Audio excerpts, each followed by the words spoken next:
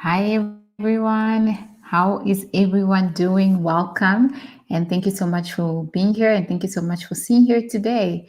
So, if it's the first time we're meeting, I am Leila. I'm passionate about health, awareness, and helping home based business owners take their business to an online platform.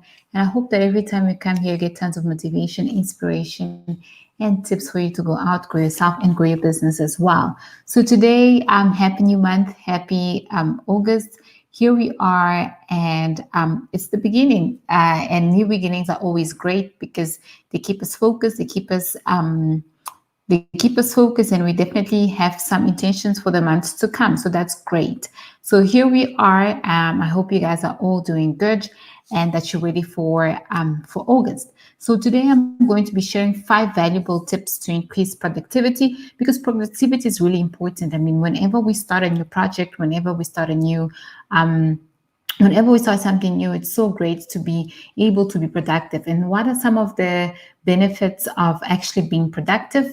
Is that, as I was saying, it keeps you focused. And if you have intentions for the beginning of the month, for the end of the month, for the week, then you're most likely going to know which steps to take. So it really gives you a roadmap of what needs to happen and or what you have to do. So really, really important to do that. So tip number one is that you have to start prioritizing. You have to know what is a priority. And here I learned something amazing in this past week, which was I did a 5-day challenge.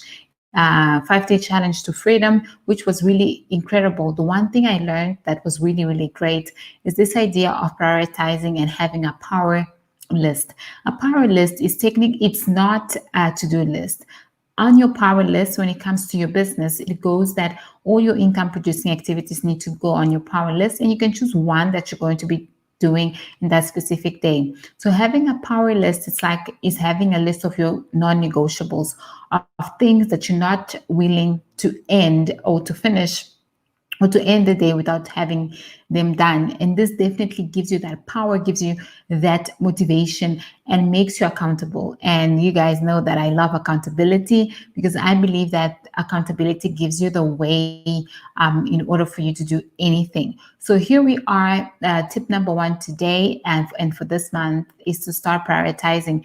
Do you have a list of the things that you're going to be doing for this week? I actually started getting a little bit overwhelmed. So I decided that I was going to be, and I have 4 intentions for this month, but I'm going to be deciding on each week. I'll be planning. So I have my first week planned. I have an idea what's going to happen on the next week, but 1 week at a time.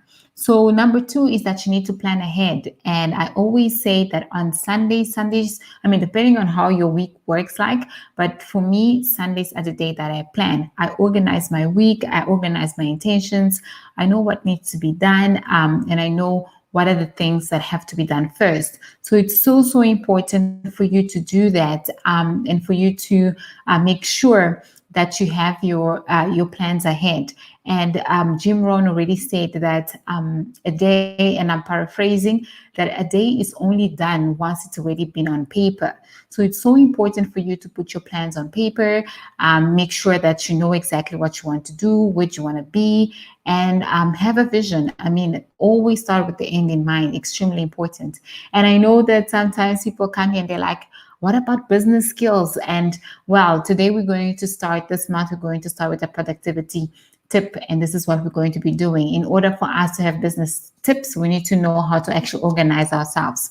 Number 3 is that you're going to be using your time wisely. And time is such a scarce commodity. And I'm always so thankful for you to actually that decided to be here. So decide on your time very well. I mean, know that and divide it. I mean, I'm that person that loves time blocking. I believe that time blocking is everything. And I've seen that if I have my time blocked, I'm certain to be able to do certain things. So what is, if you're not familiar with time blocking, it's basically deciding that on a specific timeline, you're going to be doing a specific task, and you're not going to allow anything to disturb you. So for example, if you have a 9 to 5 like I do, it's my work time is my work time, and I try to do everything during that work time. Make sure that everything is done, make sure that everything is organized, so that when I get home, I can start doing my business. And it's so important for everyone to do that, to have a specific time block that you know exactly, this is what I'm going to do, this is what it's going to be planned. So let's say in the morning, and if you are working from home, this is such a great tip, because then you're going to be a little bit more organized, and you're going to see that you are able to do much more. So if you're working from home, you're probably going to have time for your kids and time for work. So decide on what those times are. And if you're still building your business as well, then you're going to be having time for your business. So I know that for me, from 5 until 9 o'clock and 10 o'clock, it's always business. I reply to my emails. I have all the calls that I need to have, meetings with my team. So really important to do that. Use your time wisely, enjoy your time, and always have time to have to do something that really makes you happy. Number 4 is that stop multitasking. I mean, the myth of multitasking. I've seen that this is really a myth. We all think that we can multitask, right? But not everything can be multitasked. So understanding that in order for you to stretch yourself thin, but really deciding that you're going to be focusing on one task at a time, one task at a moment, you're actually more likely to be much more productive and get better results.